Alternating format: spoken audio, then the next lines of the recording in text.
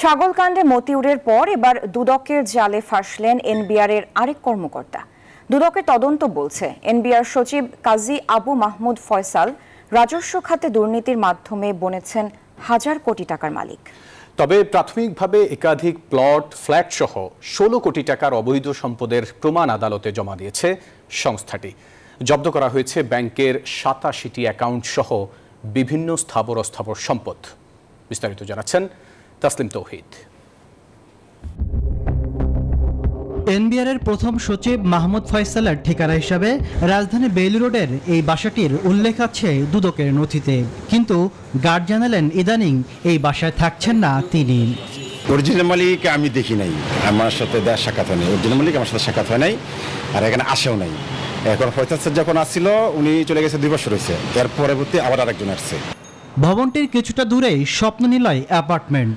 ৩২০০ square ফিটের কোটি টাকার উপরে ফ্ল্যাটটি শ্বশুর আহমদ আলীর নামে কিনেছেন ফয়সাল।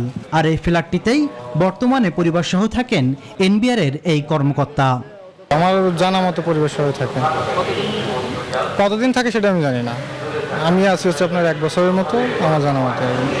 এই ফ্ল্যাটটি সহ মেরাদিয়ায় শাশুড়ির নামে থাকা ৪.৫ কোটি টাকার জমি, ভাটারা থানার বড় কাঁঠালদিয়া এলাকায় স্ত্রীর নামে জমি, রূপগঞ্জে ৪টি দলিল জমি সহ ফয়সালের নামে বিভিন্ন স্থাবর সম্পদের তথ্য পেয়েছে দুদক। স্ত্রী শাশুড়ির নামে ২,৫৫,০০,০০০ টাকার সঞ্চয়পত্র, ১৯টি ব্যাংক ও আর্থিক প্রতিষ্ঠানে ৮৭টি ব্যাংক অ্যাকাউন্টও পেয়েছে সংস্থাটি। সব মিলিয়ে তার নামে বেনামে ইতোমধ্যে ১৬ কোটি টাকার উপরে সম্পদের সন্ধান মিলেছে দুদকের তদন্তে। ইতোমধ্যে সেই সম্পদ জব্দের আদেশ দিয়েছে আদালত।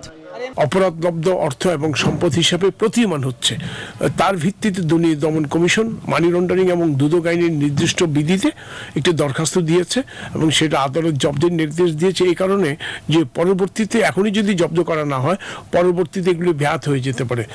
তার মানে রাষ্ট্র বরাবরে বাজেয়াপ্ত করা যাবে না।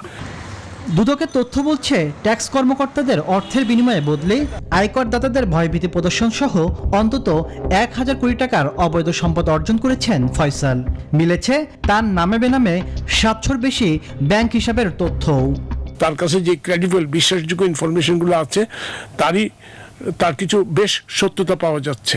যেমন উনি বদলি বাণিজ্যের সঙ্গে ইনভলভ, উনি অর্থ আদায় করত, তারপরে ওনার বিভিন্ন অনিয়ম, প্রায় সব মিলে ১,০০০ কোটি টাকা আত্মসাতের এলিগেশন।